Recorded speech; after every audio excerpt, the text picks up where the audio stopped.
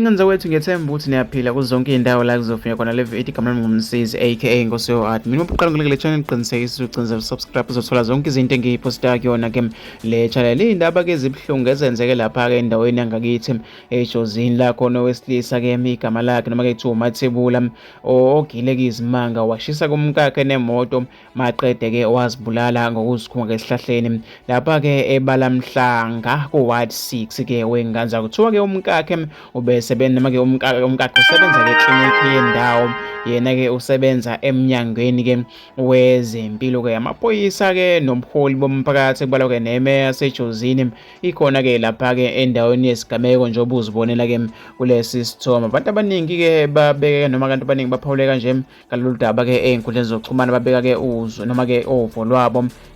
Nangomunye uthi-ke kodwa-ke asikho isidingo sokubulala umfazi. Uma wena kufuna ukuzibulala hamba wedwa-ke ndoda ushiye-ke umfazi. Nangomunye uthi-ke lo nyaka uthanda ukuthi ube unyaka omubi kakhulu. Fisa ukuthi ngezovuka lokho nombono wakho ukuthi ucabangani-ke ngalolu daba. Hlala lapha ku-comment section.